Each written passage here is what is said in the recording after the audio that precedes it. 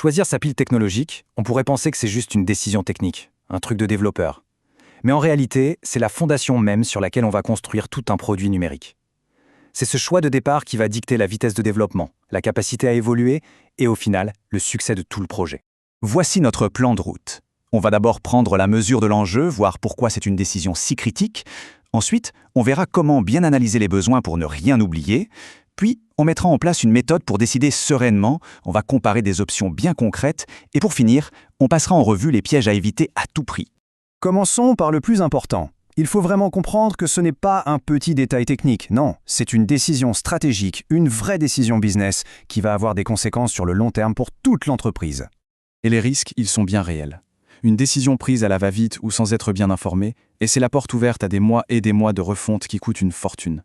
Pire, ça peut complètement bloquer la croissance future de l'application. L'impact en temps et en argent peut être juste énorme. Mais à l'inverse, si on fait le bon choix, la récompense est immense. Une pile technologique qui est vraiment adaptée à nos besoins peut littéralement multiplier par 3 la vitesse de développement. Et ça, c'est un avantage concurrentiel majeur. Ça veut dire qu'on peut livrer plus vite et s'adapter au marché bien plus rapidement. Bon, mais concrètement, une pile technologique ou tech stack, qu'est-ce que c'est ? Eh bien, il faut imaginer ça comme un jeu de Lego. C'est l'assemblage de toutes les briques logicielles, de tous les outils qui s'emboîtent pour faire fonctionner une application. Ça va de ce que l'utilisateur voit à l'écran jusqu'aux serveurs et aux bases de données qui tournent en coulisses. On passe maintenant à la partie la plus importante, la méthode.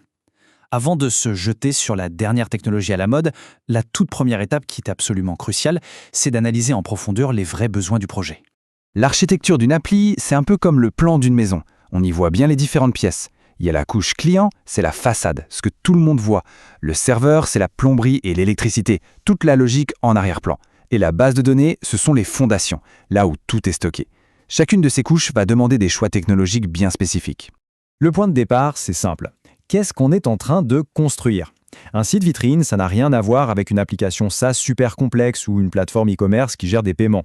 Chaque projet a ses propres priorités. Pour l'un, c'est le référencement, pour l'autre, la performance ou encore la sécurité. Ensuite, il faut être réaliste et regarder les contraintes bien en face. Le budget, les délais et surtout, les compétences qu'on a déjà dans l'équipe. Ignorer ces facteurs, c'est la recette garantie pour aller droit dans le mire. Et il y a aussi la maintenance future. C'est souvent sous-estimé, mais c'est un coût caché majeur qu'il faut absolument anticiper. Ok, une fois qu'on a bien défini les besoins et les contraintes, il nous faut un processus pour faire un choix intelligent. Le but, c'est de rendre la décision rationnelle, défendable et que toute l'équipe la comprenne. On veut éviter les débats sans fin basés sur les opinions personnelles. En fait, on est face à ce qu'on appelle un problème de prise de décision multicritère. Le nom peut paraître un peu barbare, mais l'idée est toute simple. C'est exactement comme choisir une voiture, on ne regarde pas juste le prix, on compare plusieurs modèles en fonction de toute une liste de critères. La consommation, la sécurité, la taille du coffre, là c'est pareil. Sauf que nos critères, c'est le coût, la performance ou la facilité à recruter des développeurs. Et pour graver ces décisions dans le marbre, il y a un outil super puissant, l'ADR ou Architecture Decision Record. C'est un document tout simple qui explique pourquoi on a pris une décision, quelles autres options on avait et quelles sont les conséquences de ce choix. Un bon ADR, ça doit avant tout expliquer la logique, le pourquoi derrière le choix. Il se concentre sur une seule décision, il est daté pour garder le contexte, et surtout, il est immuable, on ne le modifie pas. Si la décision change, on en crée un nouveau. C'est ça qui bâtit un historique précieux et fiable pour toute l'équipe. Allez, passons de la théorie à la pratique. On va appliquer cette méthode à des exemples concrets pour voir comment ça se passe avec des piles technologiques très connues et très utilisées sur le marché. Prenons deux stacks très populaires dans le monde JavaScript, Mern et Mehan. À première vue, elles se ressemblent comme deux gouttes d'eau. Elles partagent la même base de données, MongoDB, et le même socle serveur avec Express et Node.js. La seule différence, mais elle est de taille, c'est le framework utilisé pour l'interface, la partie visible de l'iceberg. Dans la pile mine, le A, c'est pour Angular. Angular, c'est un framework très structuré, c'est une sorte de boîte à outils très complète. Il impose un cadre assez strict, ce qui est souvent idéal pour construire des applications d'entreprise qui sont assez complexes. Alors, React ou Angular ? C'est ça la grande question.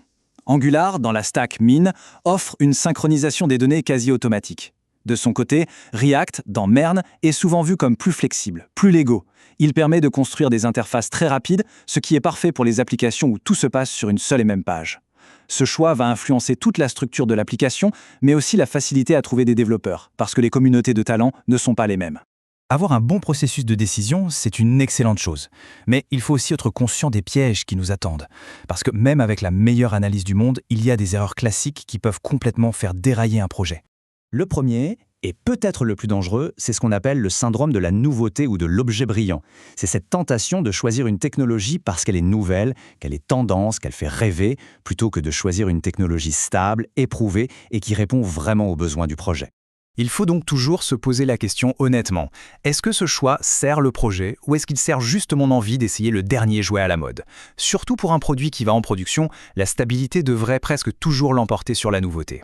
Et il y a d'autres erreurs classiques. Par exemple, l'optimisation prématurée. On sacrifie la clarté du code pour un gain de performance qui est souvent minuscule.